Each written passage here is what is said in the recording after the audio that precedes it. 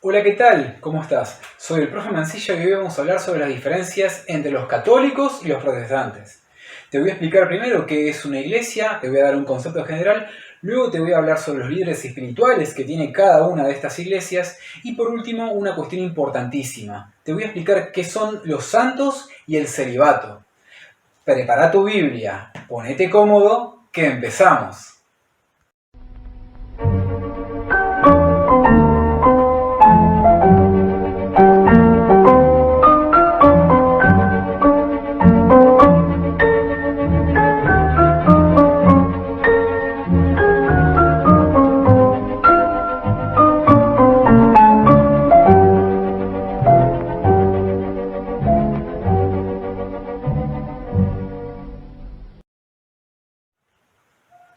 Antes de comenzar este video, debo darte un mensaje importante.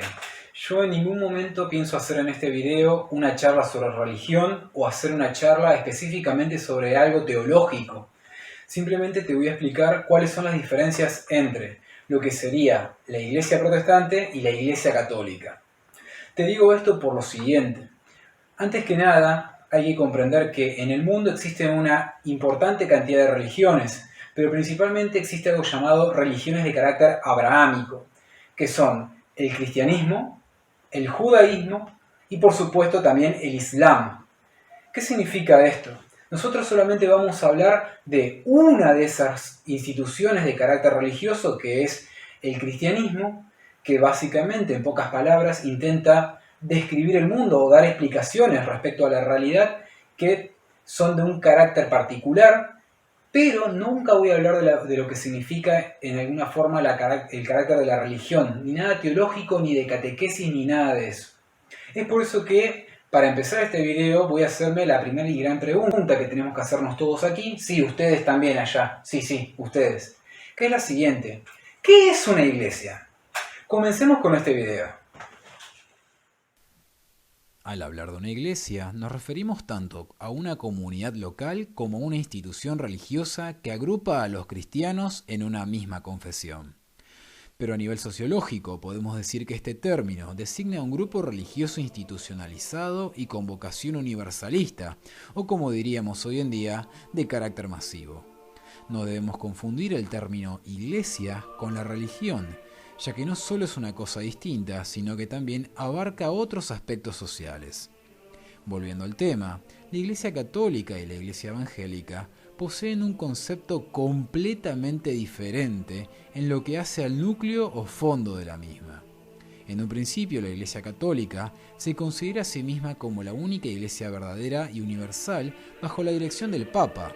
Hasta el momento de constituirse este video, es el guía espiritual de los que le rinden en culto al catolicismo.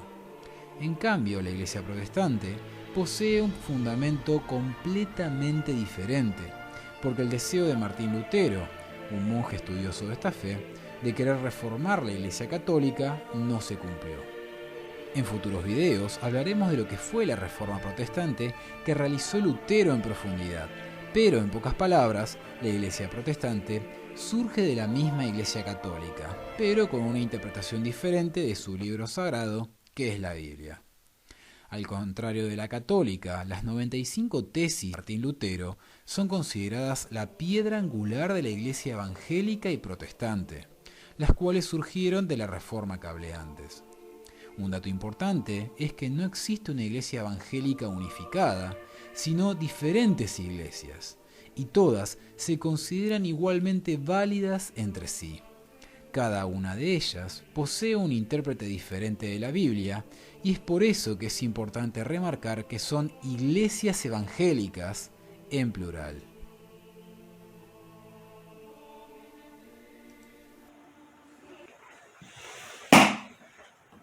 Una vez que ya explicamos qué significa que es una iglesia, es hora de hablar de una cuestión mucho más importante. Toda organización en el mundo posee un líder. En este caso, tanto la iglesia protestante como la iglesia católica tienen algo llamado líderes espirituales. Vamos a explicar un poco quiénes son, sus características en particular que tiene cada uno de ellos y por sobre todas las cosas, qué es lo que direccionan dentro de cada iglesia. Empecemos. Otra grande pero cercanamente relacionada diferencia entre el catolicismo y el protestantismo es sobre el oficio y la autoridad del Papa. De acuerdo con el catolicismo, el Papa es el vicario de Cristo. Un vicario es un sustituto para los que somos del siglo XXI, y este Papa además toma el lugar de Jesucristo, como cabeza visible de la Iglesia. Como tal, él tiene la habilidad de hablar ex cátedra como autoridad sobre los asuntos de la fe y la práctica. Y cuando él lo hace, sus enseñanzas son consideradas infalibles y obligatorias sobre todos los cristianos. Por otra parte, los protestantes creen que ningún ser humano es infalible y que solo Cristo es la única cabeza de la Iglesia, aunque en la Iglesia protestante anglicana, la gloriosa y poco mortal reina de Inglaterra es su líder espiritual, que, junto a Mirta Legrand, hoy son las personas más longevas del hemisferio occidental. ¿Tantos hombres qué hacías para que te pegara? ¿Cómo yo ¿Hiciste algo anormal, algo malo? No, lo que pasa es que el tema es que nadie tiene el derecho a levantarte la mano. Ya sé. Pero el motivo por el partamos de la que base cordón. Los católicos se apoyan en la sucesión apostólica como una manera de tratar de establecer la autoridad del Papa. Pero los protestantes creen que la autoridad de la Iglesia no viene de la sucesión apostólica, sino que se deriva de la palabra de Dios. El poder espiritual y la autoridad no descansan en manos de los hombres comunes, sino en la misma palabra de Dios registrada en las Sagradas Escrituras de la Biblia. Mientras el catolicismo enseña que solo la Iglesia católica puede correcta y propiamente interpretar la Biblia, los protestantes creen que la Biblia enseña que Dios envió al Espíritu Santo para morar dentro de todos los creyentes nacidos de nuevo, capacitando así a todos los creyentes para poder comprender el mensaje de la Biblia. Ahora que ya sabemos quiénes son sus líderes espirituales, es hora de comprender una cuestión importante. Dentro de lo que significa la Iglesia Católica existe algo llamado como una figura de carácter espiritual que son los santos. Existen diferentes maneras de explicar lo que es un santo. Yo lo que voy a hacer es simplemente dar una referencia central que tiene cada una de estas dos religiones frente a lo que significa la palabra santo. En otro video te voy a explicar bien qué va a ser la Reforma Protestante y en otro video también te voy a explicar de dónde surgen los santos. Pero ahora simplemente hagamos esta diferencia.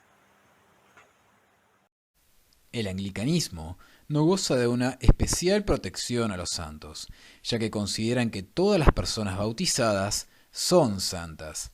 El único mediador que puede funcionar entre el hombre y Dios es Jesucristo, terminando por lo tanto con la figura de la Virgen María que existe en el catolicismo.